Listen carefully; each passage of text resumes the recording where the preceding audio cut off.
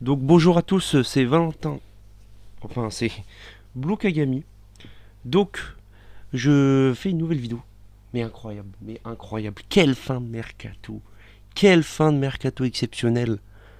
Mais monstrueux cette fin de mercato.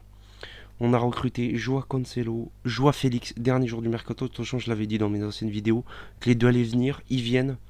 Ils sont arrivés au dernier moment. Bon, ça sera par contre des prêts sans option d'achat. Parce que la Liga voulait pas.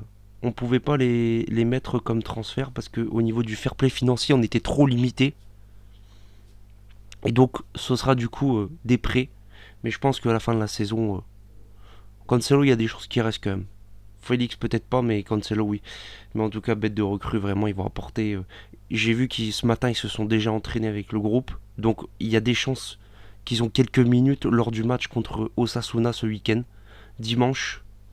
Donc, je suis impatient de voir ça. Vraiment impatient de voir ces deux recrues au FC Barcelone. Ça va être monstrueux. Vraiment.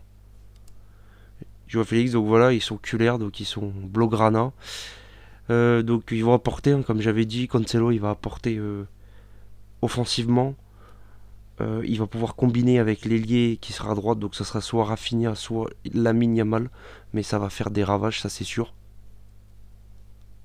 Et puis Joao Félix, il va pouvoir, comme a dit Lewandowski en conférence, il va pouvoir lui apporter un peu de soutien. Parce qu'il manque un peu de soutien, il manque de joueurs peut-être qui lui tournent autour. Comme était Thomas Müller à l'époque au Bayern Munich.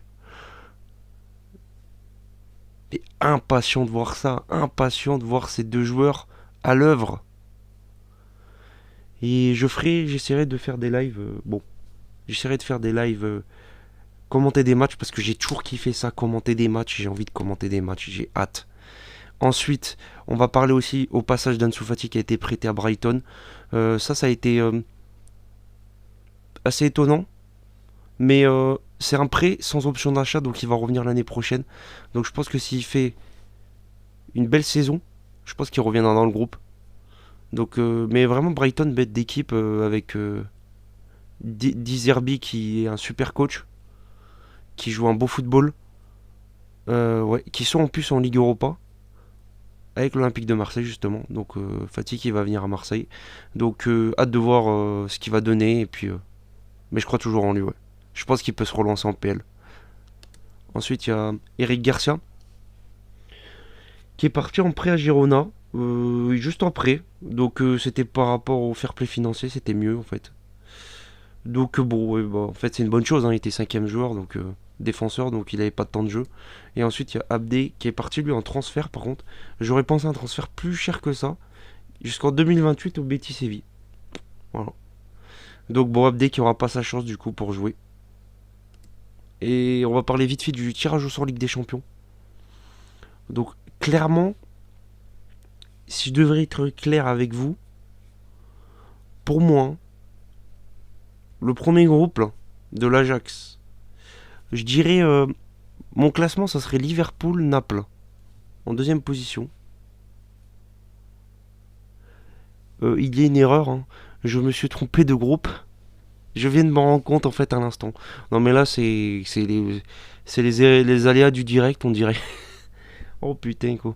Mais j'ai mis les groupes de l'année dernière. Oh boulet. Je viens de m'en rendre compte à l'instant en fait. Donc donc c'est une erreur hein, au niveau des groupes incomplets. Hein, mais là c'est une erreur de débutant. Mais le Barça sont tombés sur un groupe éclaté au sol. Vraiment, pour une fois, ils ont eu la chance.